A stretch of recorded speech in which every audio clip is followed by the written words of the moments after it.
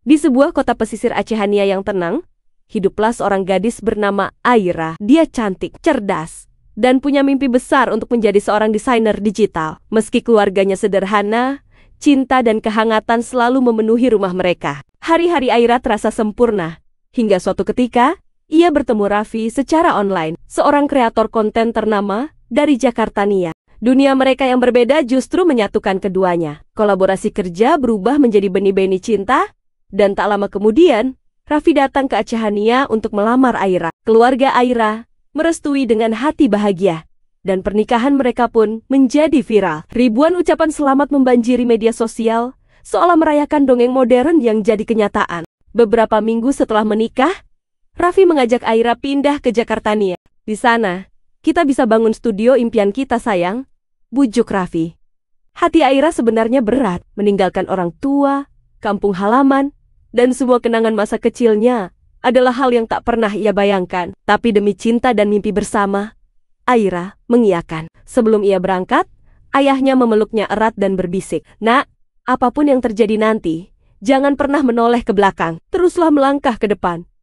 Aira mengangguk, menganggapnya hanya sebagai nasihat biasa dari seorang ayah yang khawatir. Ia tidak tahu, kalimat itu akan menjadi kunci dari takdirnya. Kehidupan di Jakarta ternyata tak seindah yang ada di layar ponsel. Mimpi membangun studio impian berubah menjadi rutinitas yang melelahkan, jadwal yang padat, tekanan untuk selalu tampil sempurna, dan komentar-komentar negatif dari netizen perlahan menggerogoti semangat Aira.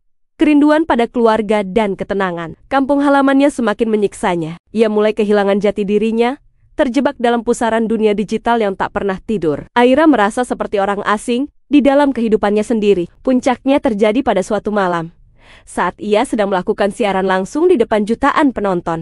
Di tengah riuh notifikasi dan cahaya lampu studio yang menyilaukan, sebuah suara samar terdengar dari earphone-nya. Suara itu begitu lembut, begitu familiar, seperti suara ibunya yang memanggil dari kejauhan. "Aira, pulanglah nak." Tangan Aira mulai gemetar. Wajahnya yang ceria di layar tiba-tiba berubah sendu. Tanpa sadar, ia menoleh ke belakang, seolah mencari sumber suara itu. Mencari masa lalu yang begitu ia rindukan. Dan pada detik itu juga, semua lampu studio padam.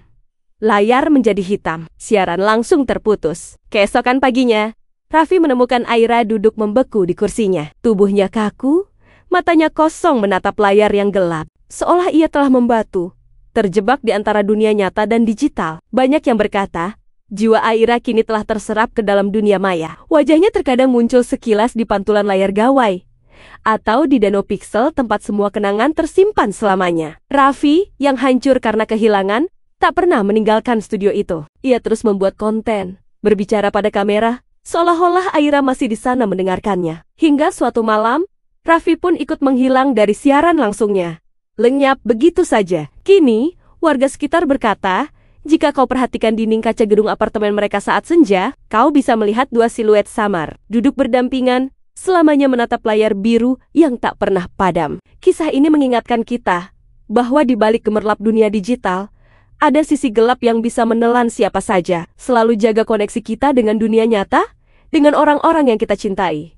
Terima kasih sudah menonton. Jangan lupa untuk like, komen, dan subscribe ya. Sampai jumpa di video selanjutnya.